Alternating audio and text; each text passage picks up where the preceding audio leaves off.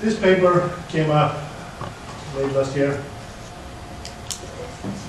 Mr. Kent is earning his doctorate degree in international business, and he wrote investigation on how to do business in Turkey and expanding his business. He's actually has a great big business, the Hornet Express worldwide. He does business all over, and he has factories worldwide. As a matter of fact, he was on a business trip earlier, on Friday, and he's going again tomorrow to buy another venture here in Turkey. So he has experience in the field now. He did quite a bit of research on the topic, and I just want to let him take over, and whenever we Thank you. Well, first I should say thank you to Dr. Eggertsson for his leadership, because as a student, which all of you are professors, and I'm still in the student category, but without his leadership, I wouldn't be here. He took my term paper and suggested that we submit it. And when I found out that it got accepted, I said, you can't go to Istanbul by yourself. So here we are together with our wives, having a good time. And we actually, our company, just to give you the brief overview, first of all, if you want to see what a classic American entrepreneur looks like, you're looking at one. Because throughout my business career, and I've been a business owner now for 42 years, I've always been the kind of guy that was willing to take a calculated risk. And some of them have been successful, and then others have not been successful. And if you ever come visit us in Fort Lauderdale, you'll probably hear stories about the unsuccessful ones. But we'll leave that for the other people to tell you. So anyway, as a term paper, we were given the assignment to select a foreign country and then try to do research to study the opening of a business there. So this is the results of that term paper. Our company, by the way, you can go ahead and click the first one. Our company has 3 different divisions. We have a manufacturing division. We're the world's largest manufacturer of swimming pool heat pumps. The brand name is Aquacal. And what a heat pump is it's air conditioning equipment modified to cost-effectively heat a swimming pool. Our biggest market, naturally, is in the United States, but we also export to Europe, Australia, New Zealand, and other places around the world, Thailand, Middle East. So we have that division, and then we have a second division, which is actually the biggest part of our business, is wholesale distribution, which means that we sell to pool contractors, pool service companies, pool retailers. And that's primarily in Florida. We have 17 warehouses from Miami to Jacksonville to Tampa to Orlando, all throughout Florida. Florida is one of the densest swimming pool markets in the world. There's over 1 million swimming pools in backyards in Florida. There's about, yeah, we like that, especially in a recession. Because they don't go away in a recession. You still have to put the chemicals in them, and you still have to replace the pumps and the filters and all the other good stuff. And so that's our wholesale distribution business. We don't do business with the general public, with pool owners per se. We only do business with pool contractors of one sort or another. And then the third division is our export division, which I opened that myself in 1976, a couple of years after I bought the company. And because I've always just had an enjoyment with travel and cultural exchange. And there's nothing better in terms of cultural exchange than doing business with someone in a foreign country. And so because you get to really know them more intimately. First of all, the relationships are generally longer term, and when you start trading dollars and product and all that, things get a lot more fun. So while it's fun to come here and be a tourist, it'll be a lot more fun tomorrow because Kim and I are going to fly to Izmir to meet the owners of a business in Izmir. That's about 4 million euros a year in sales. They're in the pool chemical and pool equipment distribution business. They're buying a lot from China, and for some reason or other, they've got it either up for sale or they're looking for a strategic partner. I'm not exactly sure. There's a business broker in the middle, and until we meet them tomorrow, we won't know exactly what their vision is in terms of business opportunity. But that opportunity actually came up after 3 months after I wrote this paper. In January, all of a sudden, out of the blue, comes this business broker thing, online that said there's a turkey company for sale. And then another month after that, Dr. Eggertsson did this submission and here we are in Istanbul. So maybe the stars and the moon are all aligned. I'm not sure. We'll see. But I'll go back to that first slide. I really didn't address any of that yet. As an owner, my goal is to keep our business green and growing. Our company is very team-based. There's a brand identity called Team Horner, mostly because the guy who founded the first company that I bought from, I bought his company, his name was Horner, and I never changed it because the customers knew the brand identity in 1972, believe it or not. So I just left it. It used to be called Horner Equipment. And at that point in time, when I had become the owner, we had 3 employees. So it was a very small company. We currently have 400 employees. Our peak was in '06. During the bubble, at around 500 employees. And then we shrank from 500 to 300 a year and a half later.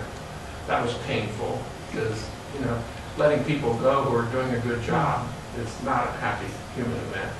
But we lived through all that, and so now the markets have recovered and things were back to 400 now. But anyway, Horner Express Worldwide is our export division with customers, about 500 active accounts outside the United States in around 90 countries. So that's the picture. The study of turkey, we started with the logistics system.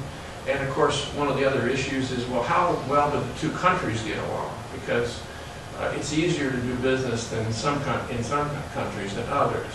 For us to ship to England, for example, or France, it's very easy. But when you get here to the Middle East, the governments get more complicated. There's all kinds of taxes and paperwork issues, both on the U.S. side and on the receiving side. But the 2 main products for this research that we're interested in is our manufactured products. Whether we can develop enough business here to open up an actual subsidiary here as an FDI, that was basically the mission. So, okay.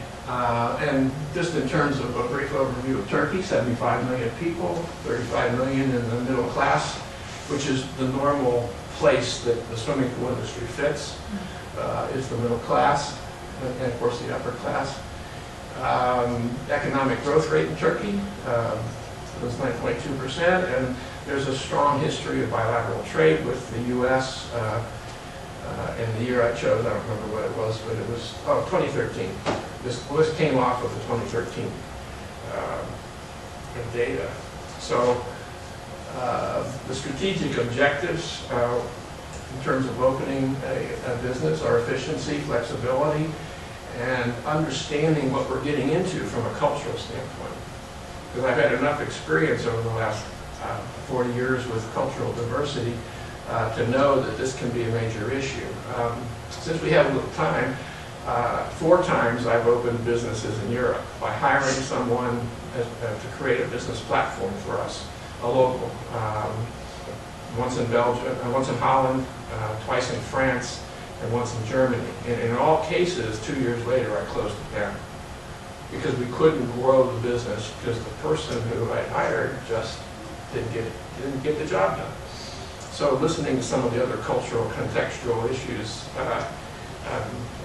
I have memories that I could tell stories of for that. So anyway, next. Another issue is what's the duty? you know, there's a VAT rate here in Turkey of 18% across the board, so that didn't matter from a competitive standpoint. But the duty rate from the United States to Turkey for the two product categories was 2.2 and 1.7%. But I needed to know that because it could have been 15%, it could have been 25%. The Turkish pool industry does buy a lot from China. And based on some experience here that goes back into the 1990s, the Turkish pool industry is very price sensitive.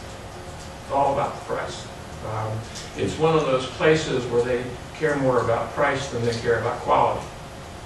So we might have a better product, but if we're not priced right, it doesn't matter. They have to have a bad experience before they'll switch and pay more. And that's about the mentality. And another issue, of course, is exchange rates. And so here's the exchange rate, U.S. versus the Turkish lira. And you can see, again, the time span for this paper was 2013. And there's been a little bit of a increase in the Turkish lira's exchange rate versus the dollar.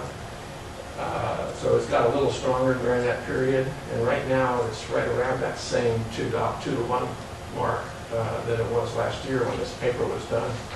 And our key competitor is China, because there's a lot of manufacturers of swimming pool heat pumps in China.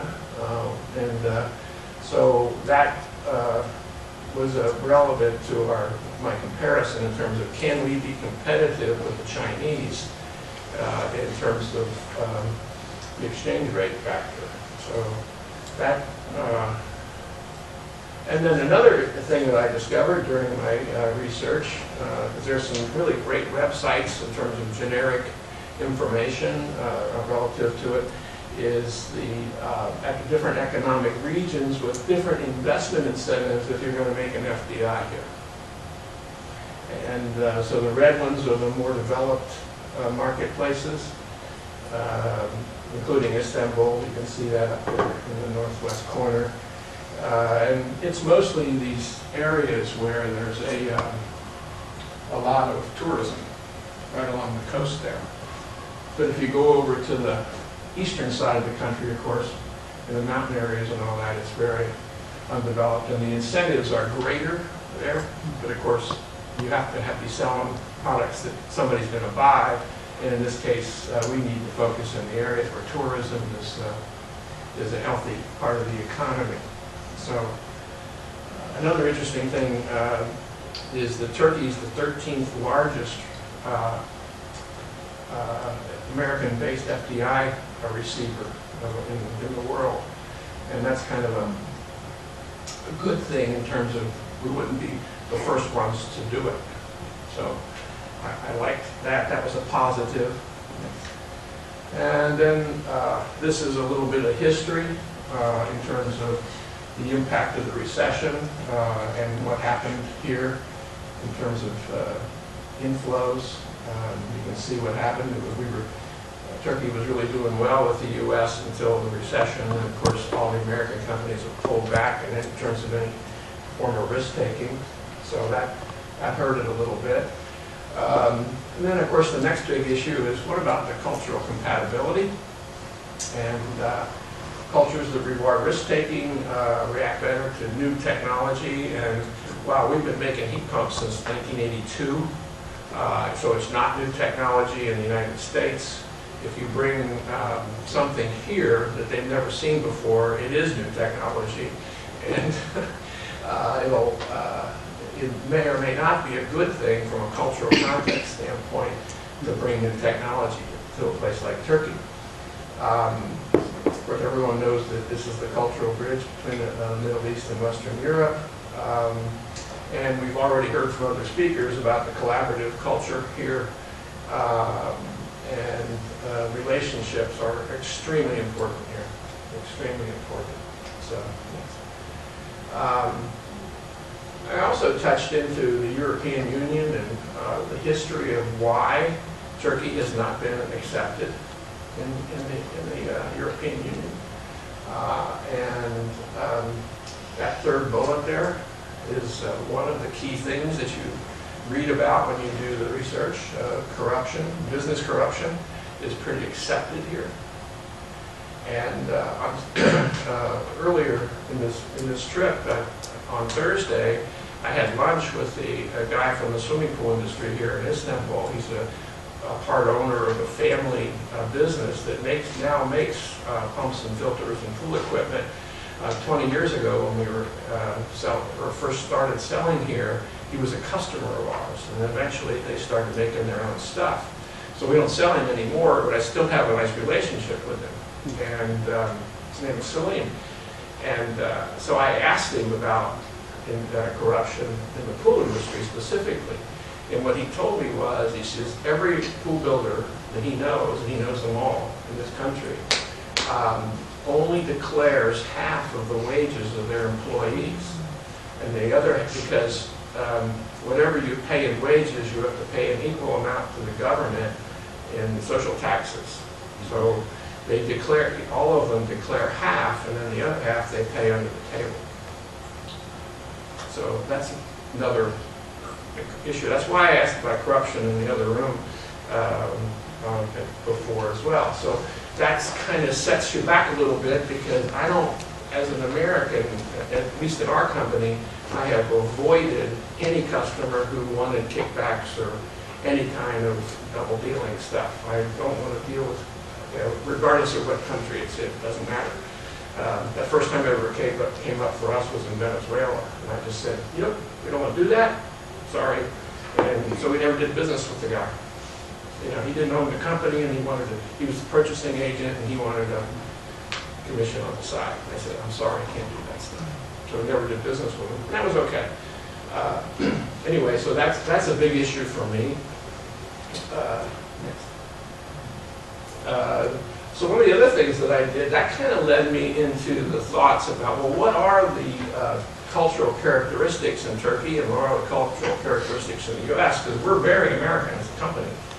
And so the Geert Hofstede cultural research came into play there, and the next two charts are from there, and you can see where power distance has to do with the perception, you know, at the lower levels of the upper level people in some markets.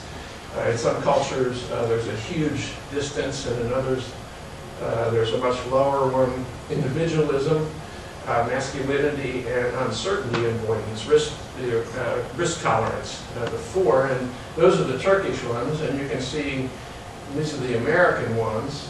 And on that particular chart, there was a fifth one added for the United States, and that's long-term orientation over there. But the first four are the same, and what you can see is that individualism is low in Turkey and high in the U.S., and power distance is just the opposite, high in Turkey, low in the U.S., and uncertainty avoidance is high in Turkey and low in the U.S.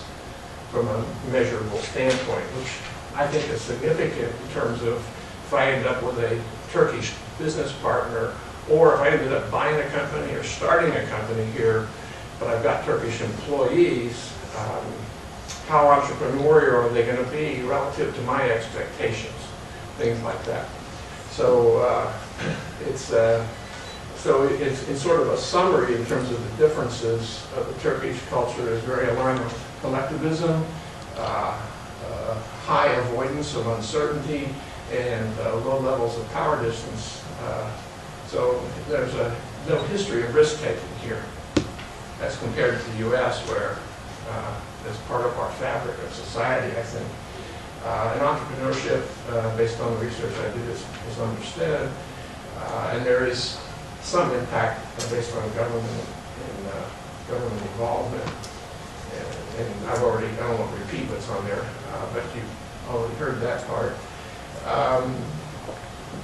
There was a study that was done of 3 5-star hotels here in Turkey to see how employers treat their employees, because that's another aspect of it. Because if we bought or started up a company here, we would be this parent company, you know, from another planet, really, to a small company startup in Turkey.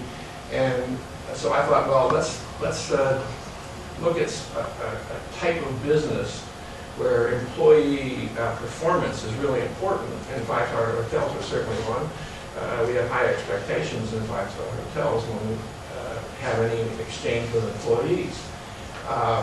But there's virtually no reward system or incentive recognition system in these five-star hotels that were studied, and no training. We do extensive training in the U.S. For our employees, in addition to supporting, university education or that kind of thing. And we're very team-oriented. I've actually had for 30 years a profit-sharing program with our employees where they get 15% of the profits every year, back either through 401k or bonus. There's a strong Christmas bonus program in the U.S. in my company, not all companies, but that's how I've always operated. They don't have any of that kind of thing here. So I viewed this, because this gets toward the end of in the conclusions, I viewed it as being problematic for an American owner to come over here and be in concert with their cultural expectations. In other words, we're going to do things in a much different way. So that's it. The industry itself is important too. How big is it? Because it's not America, it's not Florida. And so we did a little research on that. They do have a small trade association, and the tourism areas of the country, Izmir all the way down, those are the areas where there's been the best growth rate as far as new construction of swimming pools. And there is one program only for pool operator training. And so the adventure, had we wanted to do it, and basically I did not reach a conclusion at the end of writing this paper, was the thing that would make the most sense would be to set up a small distribution center and sell heat pumps. Heat pumps typically sell between $3,000 and $4,000. So in terms of gross sales and overhead, covering overhead and all that, the break-even point is much better on that than it is on the other product we make, which is the auto-power salt chlorine generator. It has a typical selling price of around $600 or $700. So one heat pump sale in dollars is equal to 5 or 6 of the salt generator. So I really wanted to look at the heat pump side, and those are some statistics on the market size. And one of the other problematic issues is that the heated pool market, as compared to the pool market, is very small. It's only 4% based on the industry statistics. In terms of actually saving people money, because that's the main reason that they would choose a heat pump rather than gas heating, there was a real good story to tell there. I chose Ankara, Istanbul, and Antalya, and did the research as far as the cost of electric versus the cost of gas and all that sort of thing, because in a typical sales presentation, that's how one of our dealers would sell the heat pump. It would be based on the gas savings. So there was an 80% savings in terms of operating costs. So that's a good story to tell. However, only 4% of the pools are heated. And one of the other issues before we actually push the button on a project like this would be, how likely is it, if we can save them money, would they heat their pool? Because sometimes it's just a matter of paradigms. They're happy with the pool at the water temperature it's at during the swim season, and most of them wouldn't want to swim all year round. And probably those houses down the coast are mostly seasonal homes. Probably the better heeled people from Istanbul probably have second homes down there and that sort of thing. So the conclusions were, I was concerned about the cultural differences and this business risk, this corruption thing, if that's an accepted part of how they do business here, that turns me off personally. And if we were going to do something, heat pumps would be the first thing we would do, and then the chlorine generator I would do secondly. The target region would be the Antalya region, because that's the most prosperous one from a tourism standpoint. And upper class vacation homes and hotels would be the target market. And tomorrow, when we fly to Izmir, this will all be in my head while I'm talking to the business owners there about their business. So anyway, that's kind of it. This is a real world thing.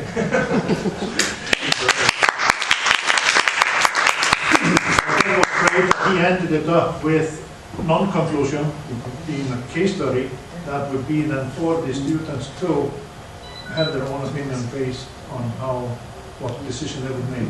Right. So it would be great case for international business, international marketing, import-export business. Yes, then. I had 3 questions for you, so I'll ask if I could ask you these. Is there any negotiation at all on the duty cost of the product? I mean, is there any negotiability? Is that just a fixed that you've got to account for that? You have to accept that. There's The no government would, well, in this case, it's small enough that it doesn't matter, but if you ran into a higher, let's say you had a 20% duty, maybe because they're protecting an industry Right. that somebody's making heat pumps here in Turkey or something, you'd have a hard time getting it changed. It So just you wouldn't don't be- think that's a barrier to your entry here? That It's a in this case, it's not a big barrier to entry from my point of view. What's the variability over time though in those duties? So if that's what the duty is now, is that what it's going to be 4 years from now? Well, who knows? That's a great question, and I don't know the answer, of course. It's unpredictable. It's probably hasn't changed much, I'm going to guess. There's probably a few Chinese heat pumps coming in here now. We've kind of lost the market that we had 20 years ago here. So it depends also on whether if somebody else starts a factory here and then they will start protecting them more and increase the. There's a lot of protectionism in the United States, by the way.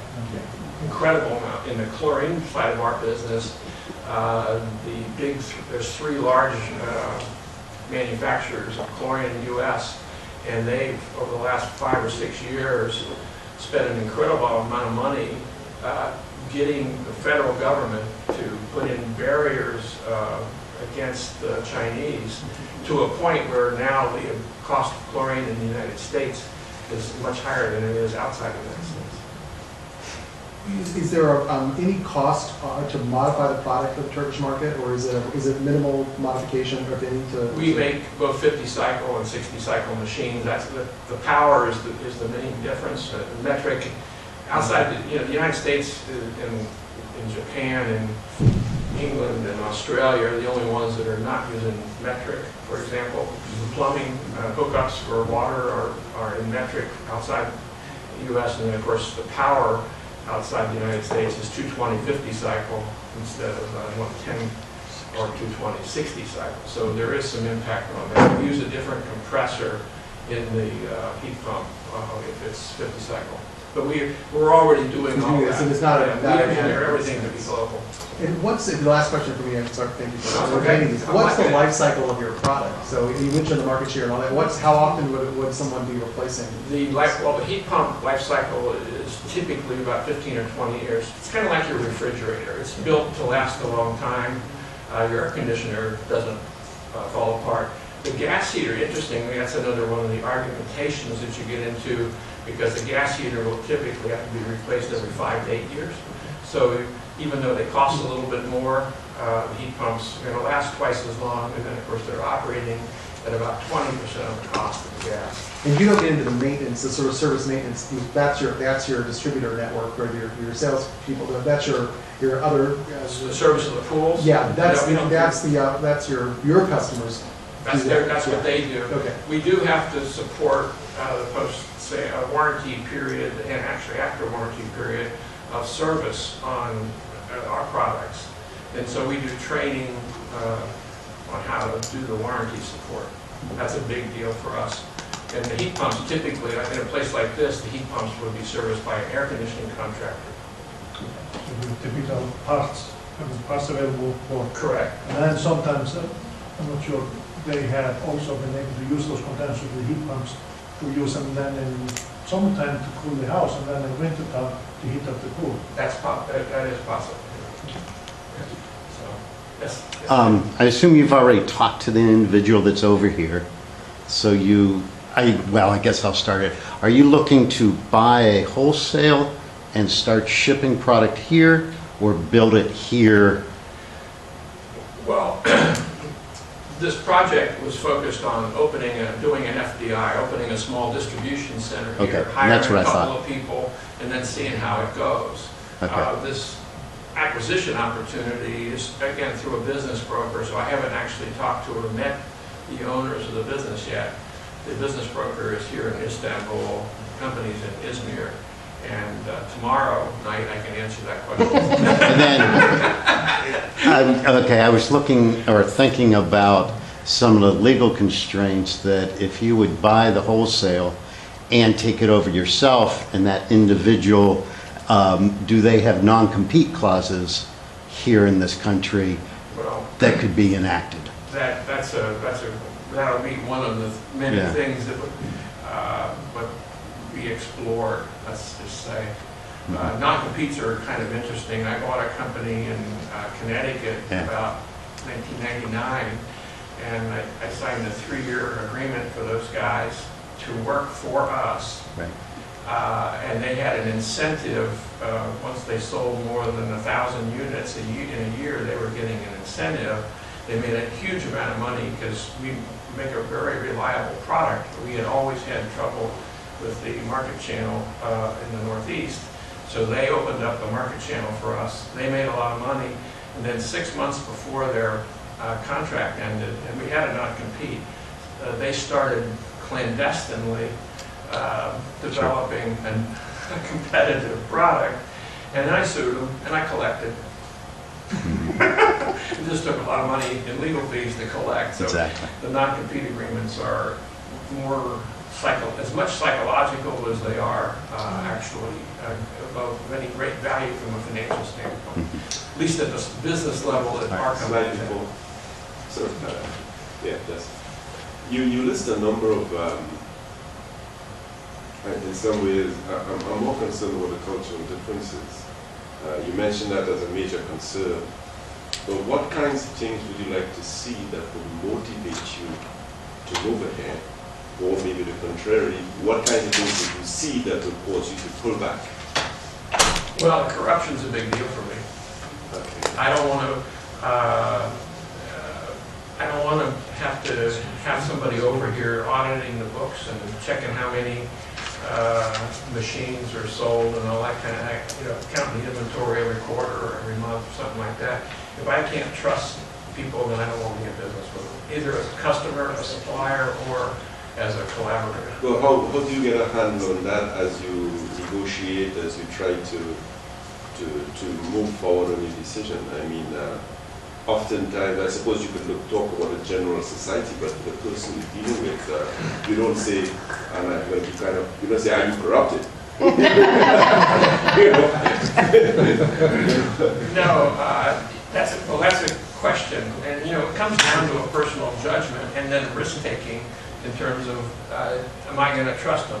I heard a story on Thursday from a guy that knows the pool industry that says all the pool builders are cheating. So I don't know if these people are of that mindset or not. One of the speakers this morning said that they had 2 sets of books.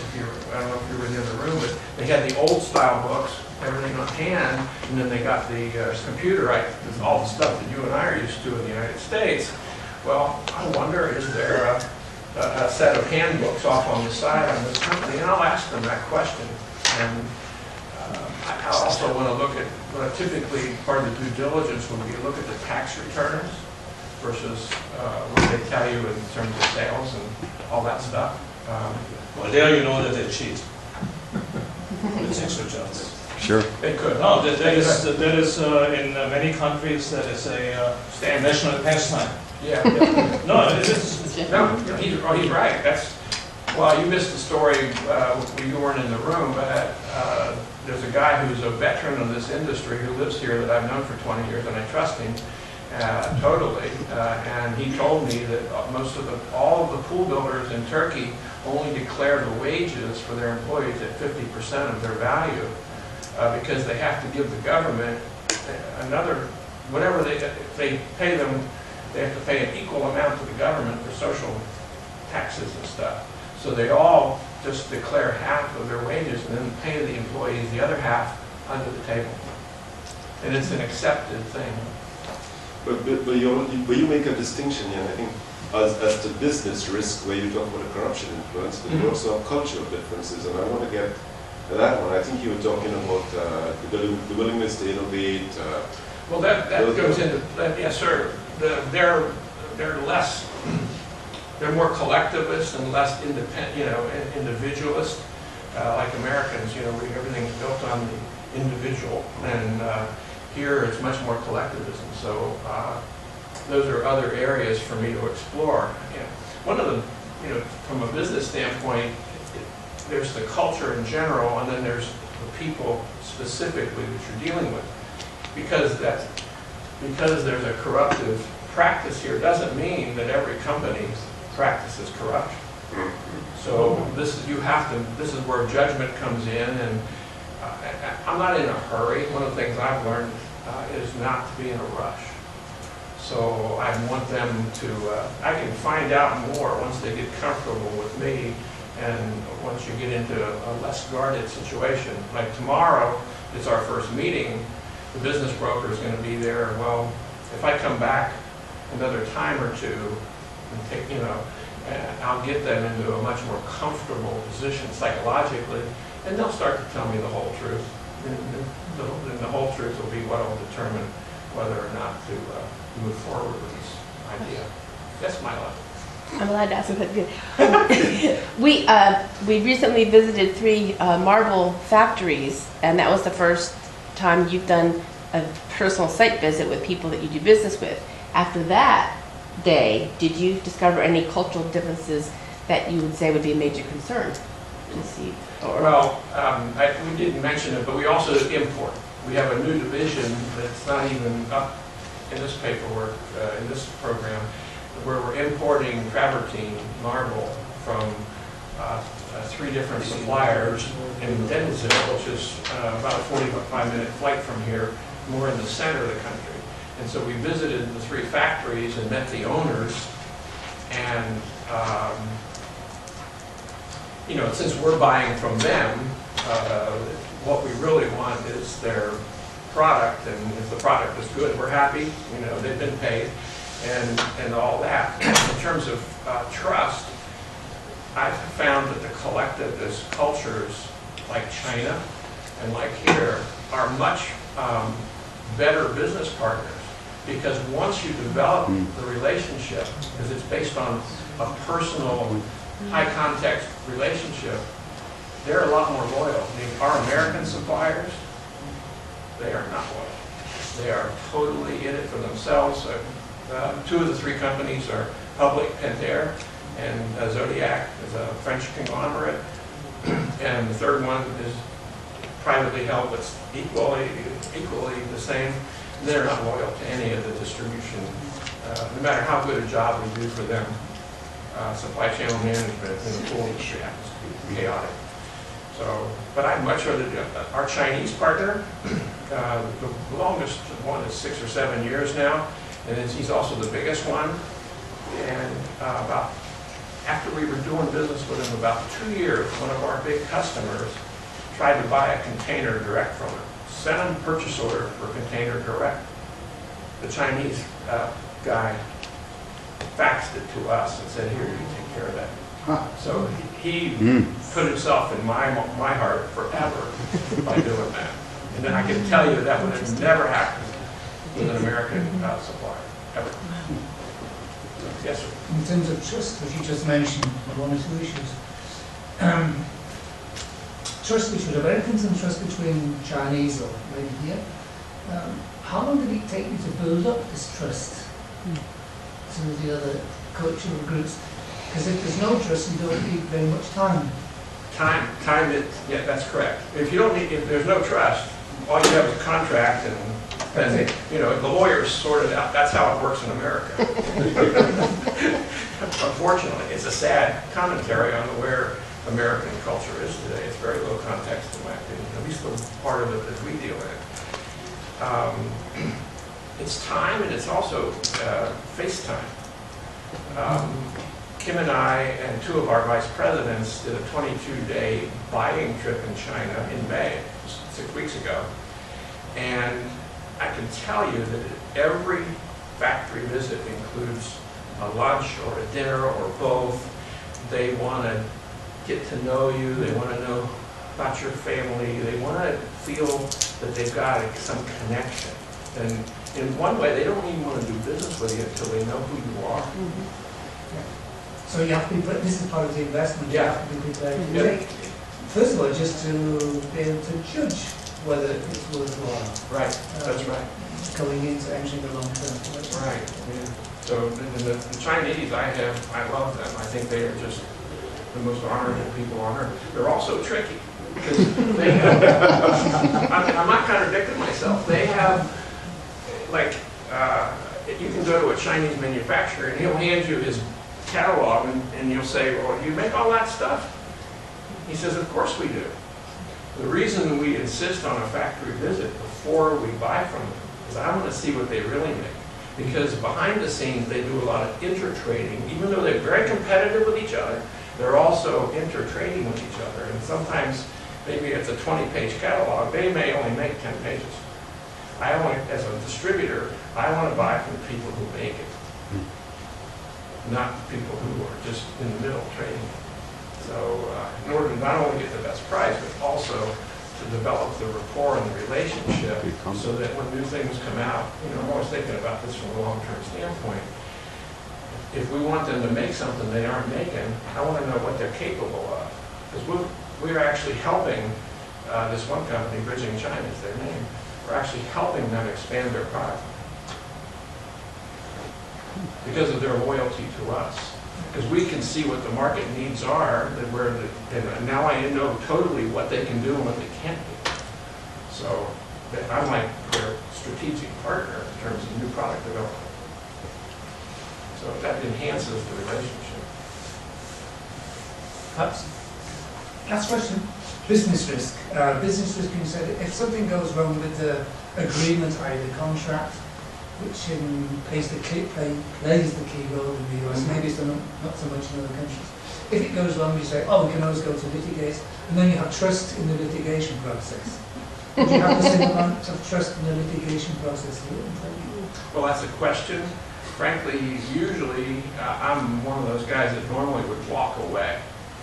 The example that I mentioned before about the guy that picked the partnership up in Connecticut, that was a rare event for me. I don't like lawyers, and I'd rather just walk away and let it go, move on with my life, because spending a lot of time on negative work is not the same as growing a business.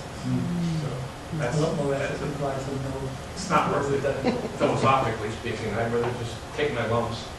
I've also had plenty of other lumps from, life. So yes.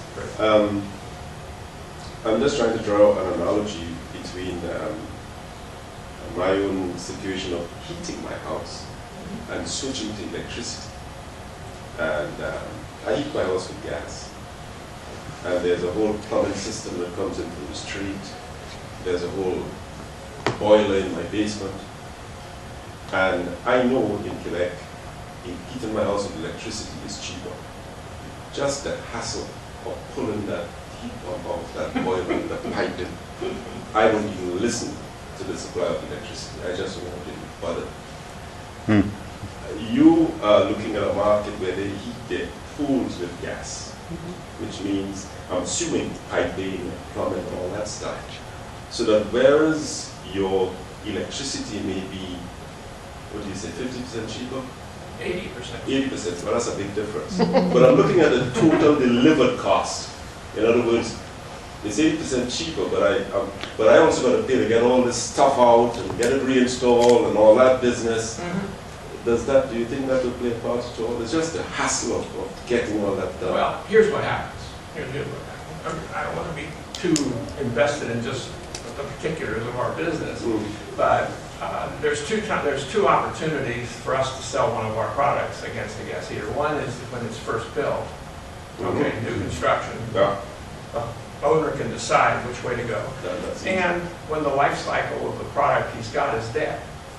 So if you've got a gas heater and it's 6 years old or 8 years old, which in your climate where you are, probably, it's going to be outdoors, Unless you're using heat exchangers tied into your home, that's a whole different strategy, which is used in Northern Europe, but I don't even know if it's used in No, Canada. no, it's it. This is all inside. Yeah, so you've got a heater that's gone after 5 or 6 years, and you've got a choice to make. A lot of people that have gas heaters don't run them because the cost of operation is so high that they don't want to pay the money to heat the pool. So once the gas heater's over, they've got the opportunity, if the pool guy is knowledgeable, of making a choice, and a lot of people choose heat pump. You could also sell the house. Montreal is a beautiful city. So and you don't win them all, but we win enough. We've taken a pretty strong market share in terms of heated pool market share, and since 1980 when we first started the manufacturing of heat pumps for pools. It's a better strategy in general. Okay. Yeah, but So that you face a similar problem in the US where people were switching from gas to electricity. right. Okay. Yeah, but it's the other way around now. With fracking, everyone's going to switch to natural gas. Not in the pool industry. Well, first of all, natural gas is not available everywhere, so there's that limitation. Now, it may be completely available in Quebec, but there's a lot of places where it's not available. We're talking about for someone's backyard pool, okay? But then you still got to pay for it. So, and one of the slides up there shows the cost comparison, and that's usually we have software. You can go online and actually put in your local cost for gas, your local cost for electricity, and what you want in terms of temperature and how big your pool is. You put that stuff in, and it'll tell you what the payback is. We're always cheaper. The question is how much cheaper. But again, our product lasts twice as long too. Any other questions? It's a fun thing. Well, let's thank Bill and Matthias. I hope you inspired to talk to go take a dip in one of the There you go. By the way, in the room, there's that magazine called Where, and in the one that we walked into on Thursday or Wednesday when we checked in here, there's a whole thing about Intel and a couple of other big IT companies making investments in an R&D center here in Turkey, which I thought was kind of interesting relative to investing in Turkey. But one of the things that was said earlier today is that Istanbul is something like 60% of the whole Turkish economy. Yeah, 65. 65. So really what you've got here is you've got two countries. You've got Istanbul, and then you've got Everything else. third world.